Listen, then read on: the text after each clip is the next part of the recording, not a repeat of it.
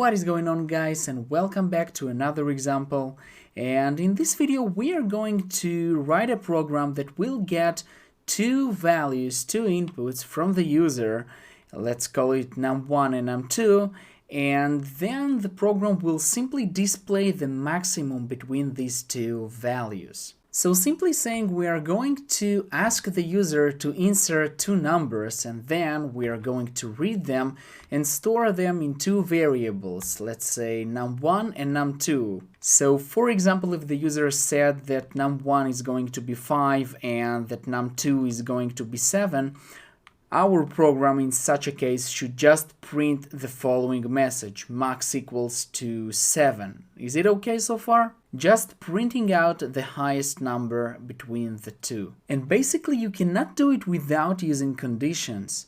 I guess you can try, but most likely you will encounter with some difficulties on the way, which could be solved very easily using conditions. And just to note, guys, that we cannot just print to the screen both numbers. I mean, we cannot print just 5 and 7 and let the user see both of them and decide for himself. That's not the goal of this program. We don't want to print them both. We just want to print the one with the highest value. And that's exactly why we need to make some comparison between these two numbers, and based on the result of this comparison, of this condition, we should print the appropriate message to the screen. So we need to ask the following question: if num1 is greater than num2. And if that's the case, meaning if the result of the condition is true, then we should print to the screen max equals and the value of num1. Otherwise, else, we can conclude that num1 is not greater, not higher than num2. So for sure we can say that num2 equals or greater than num1, and we can print the following message: max equals and specify the value of num2, which in our case is simply 7. So you check the condition if num1 is greater than num2, and based on the result of this condition, you do one of the following options.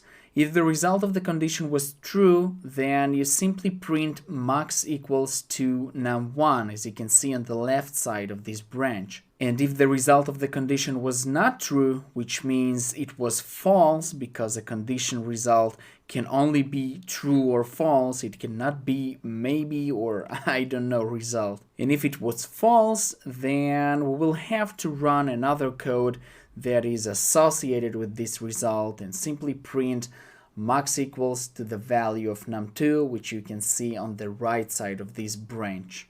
So that's it for this video, guys, and as always I want to give you as much practice as possible. So let's take a quick look at the next video where we are going to briefly go over this exercise in our programming language. So I'll see you there.